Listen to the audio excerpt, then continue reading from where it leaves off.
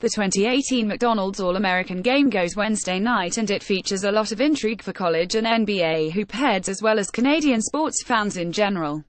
Here's a look at the four most interesting storylines heading into this year's annual high school basketball extravaganza. Barrett, the prime attraction without question, the biggest name of the game Wednesday, both from a Canadian sports fan and basketball diehard perspective, is RJ Barrett. By now, Barrett's story is well known. The son of former Canadian national team member Rowan Barrett, the godson of Steve Nash, 2017 FIBA Under-18 World Championship MVP, Naismith and Gatorade National Player of the Year. The accolades are almost endless, and while it's easy to get caught up in all he has accomplished, what's important to remember in the context of Wednesday's contest is the fact that in a game with nothing but blue-chip recruits, Barrett has risen above them all as the number one guy in the 2018 class and, potentially, the number one NBA draft prospect for 2019. He's that total package. Tariq Sabias of North Pole Hoops, a Canadian basketball NCAA-compliant scouting company, said of Barrett in a phone interview with Sportsnet. He's got the it factor to him, and he's a franchise player for an NBA team. He's got that caliber of star power.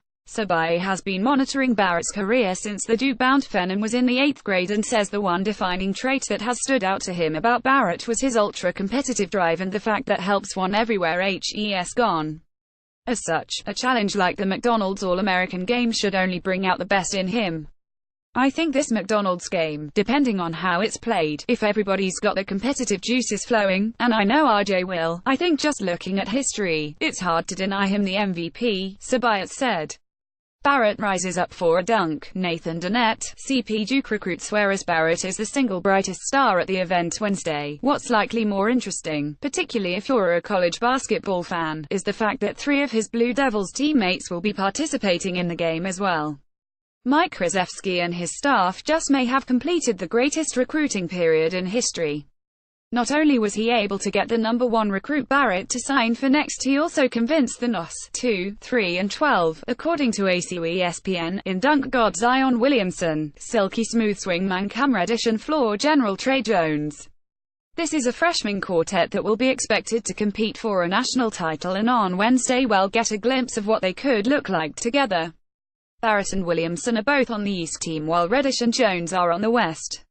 It's a little disappointing that Barrett and Williamson weren't split up, as Williamson was considered the number one recruit for 2018 until Barrett opted to reclassify himself, but the highlights those two could potentially create is drool-worthy.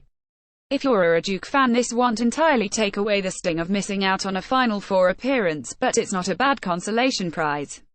The 2018-19 Blue Devils are looking nuts on paper right now.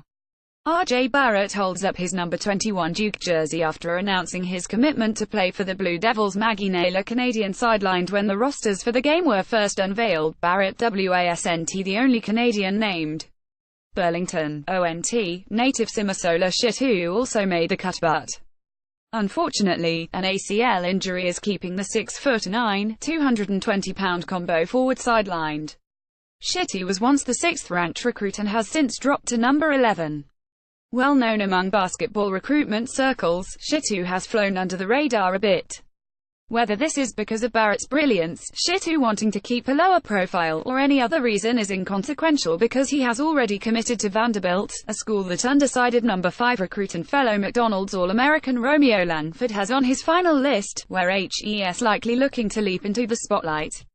If you go to Kentucky or Duke and you go to these type of places, it's a place where you're going to play against the best and you're gonna have a certain role to fill, Sabias said.